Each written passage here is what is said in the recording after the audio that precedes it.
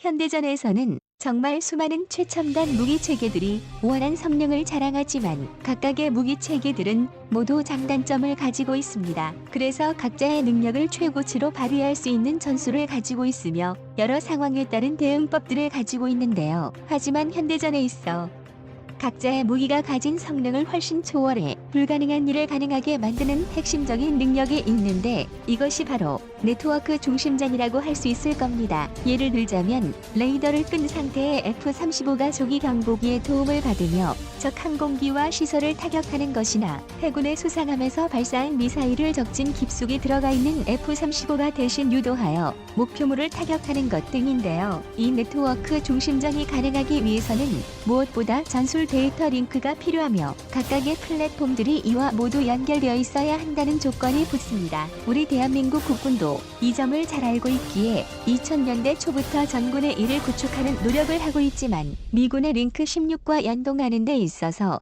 골치 아픈 문제가 있었습니다. 미국은 암호카 하나로 대한민국 공군 전체를 마비시킬 수 있다는 문제점도 있죠. 그래서 우리 한국은 독자적인 우리만의 데이터 링크를 구축하기 위한 노력을 진행하고 있으며 작년인 2020년 11월 한화 시스템이 한국형 합동 전술 데이터 링크 체계인 JTDLS 완성형 체계 개발 사업의 우선 협상 대상자로 선정되었는데요. 오늘은 현대전에서 네트워크 중심전이 가지는 위력이 어느 정도인지 살펴보고 앞으로 우리가 가지게 될 초연결, 초지능 미래 네트워크 중심전을 수행할 역량이 얼마나 뛰어난지 살펴보겠습니다. 전문가는 아니지만 해당 분야의 정보를 조사, 정리했습니다. 본의 아니게 틀린 부분이 있을 수 있다는 점 양해해 주시면 감사하겠습니다. 2003년 벌어진 이라크 전쟁에서 미군이 압도적인 우위를 점할 수 있었던 데는 네트워크 중심전의 개념이 큰 역할을 했습니다. 당시 부통령이었던 덕체니는 이를 1991년 사막의 폭풍 작전과 비교해 이와 같이 말했는데요. 12년 전 사막의 폭풍 작전에 동원했던 것에 비해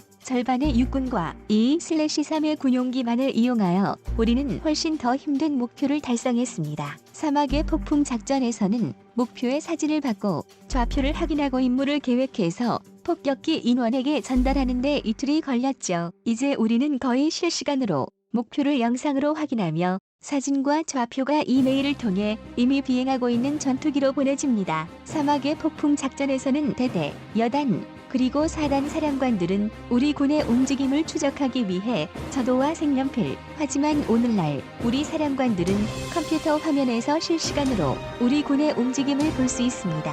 부대원들 간의 통신이 빠르고 쉬울수록 전투의 효율이 그만큼 올라간다는 것은 어렵게 생각할 것 없이 우리가 즐겨 하는 온라인 게임만 해봐도 알 수 있습니다. 보스몹을 잡을 때 음성 채팅 기능이 있고 없고는 큰 차이가 나죠. 각종 군사 무기와 플랫폼의 발전에는 한계가 있지만 적보다 더 빨리 정보를 수집, 배분, 분석, 이해할 수 있다면 더욱 빠른 의사결정이 가능해지며 이로 인해 실제 전투에서 보다 나은 결정은 내릴 수 있는데요.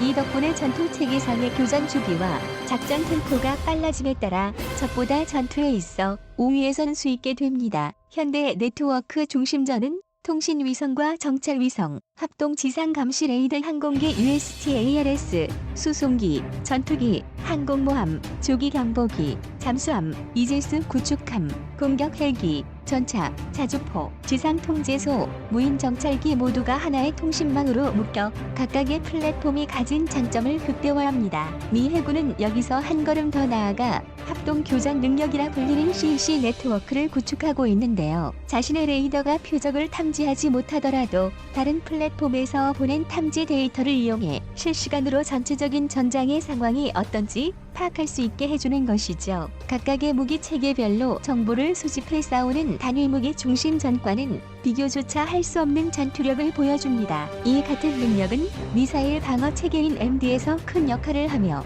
해상에서의 함대 전투 및 스텔스 전투기들과의 교전에서도 반드시 필요한 능력입니다. 이를 위해서 미군은 링크 16과 인공위성 네트워크 외에 F-35를 위한 레더, EED의 TTNT 등 여러 전술 데이터 링크 체계를 활용하는데요. 우리 한국의 국방과학연구소가 주관하는 한국형 합동 전술 데이터 링크 체계 JTDLS 완성형 체계 개발 사업은 기존의 한국형 전술 데이터 링크인 링크 K의 주 장비와 보조 장비를 개발하고 체계 종합과 무기 체계를 통합해 링크 K를 활용한 네트워크 중심전 체계를 완성하는 것이 목표라 할 수 있습니다. 또한 기존 링크 K의 전송 속도를 향상시키고 황제밍 기능을 추가해 적이 전자전 공격을 회피할 수 있는 성능을 강화하는 것도 염두에 두고 있습니다. 우리의 동맹은 미군의 전술 데이터 링크와 연동이 가능해야 함은 물론이고요. 국방과학연구소와 한화시스템 등이 완성형 링크 K를 개발하는 데는 총 5천억 원 이상에 달하는 엄청난 예산이 들어가는데요.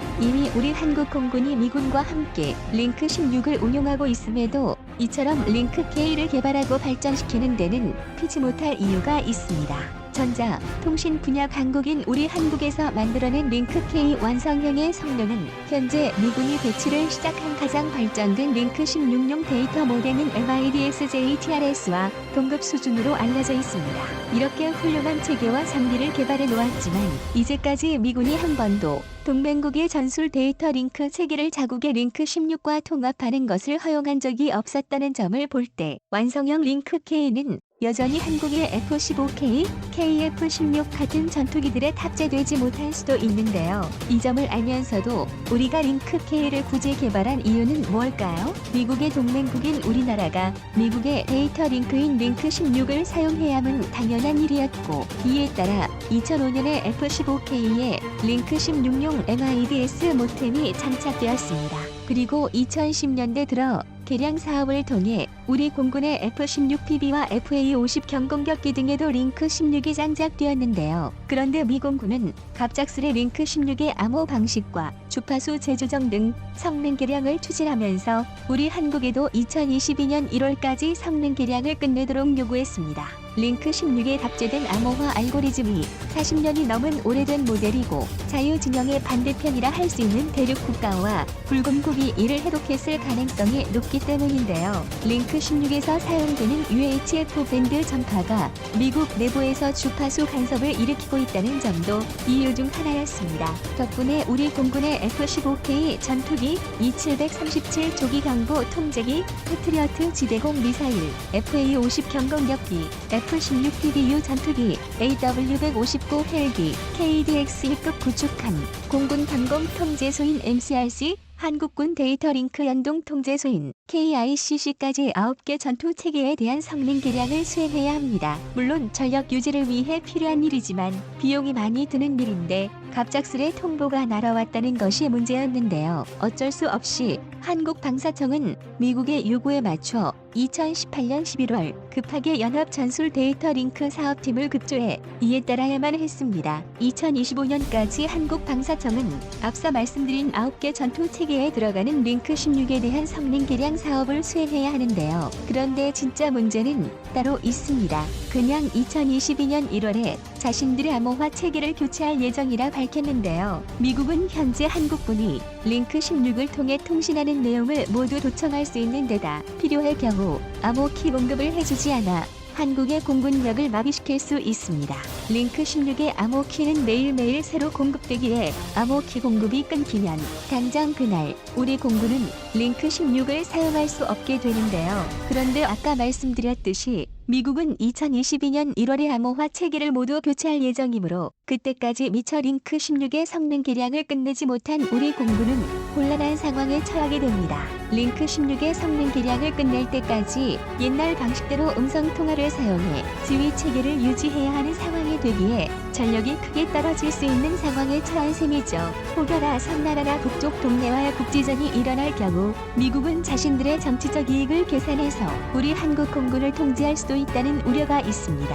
여기에 링크 16용 MIDS 모뎀은 연합 암호 장비이기에 한국에서는 간단한 부대 정비만 가능할 뿐 고장이 발생했을 때 야전 정비나 창정비를 위해서는 미국 본토로 보내야 하는데 이 때문에 수리에 상당한 시간이 걸린다는 문제가 있습니다. 이 같은 문제들 때문에 우리 한국 정부는 미군의 링크 16, MIDS-JTRS와 동급의 성능을 가진 완성형 링크 K를 개발하기로 결정했습니다. 완성형 링크 K 장비들은 플러스 2017년 12월에 시제품이 완성되었고 주파수 도약과 같은 일부 기능을 제외하면 미국의 링크 16용 MIDS KD-SLVT보다 더 우수한 성능을 가지고 있다는데요. 이를 기반으로 국방부는 3,200억 원을 투자해 향후 2026년까지 완성형 링크-K의 체계 개발을 완료한 후 단계적으로 배치시킬 예정입니다. 완성형 링크-K는 한국형 장거리 무장 데이터 링크의 기반 시스템으로 여러 분야에 활용될 것이라 하며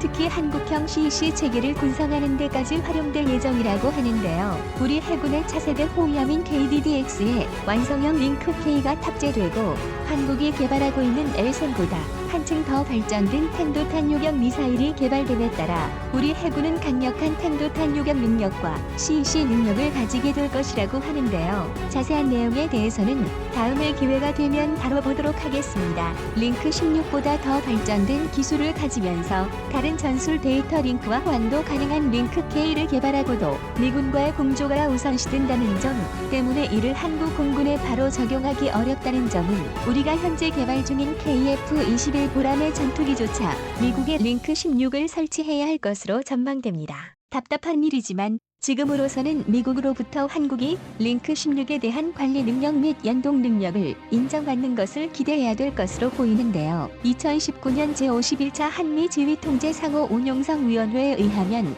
미국에서는 대한민국의 링크 16 관리 능력과 운용 능력을 어느 정도 인정하기 시작했다는 점이 그나마 다행입니다. 링크 K를 개발한 역량을 토대로 어서 빨리 링크 16 운용 능력을 인정받고 우리의 역량이 그들의 상상 이상이라는 것을 보여줄 수 있었으면 좋겠다는 생각이 드네요. 오늘 군사돈 보기 여기서 마치고요. 다음 시간에 다시 돌아오겠습니다.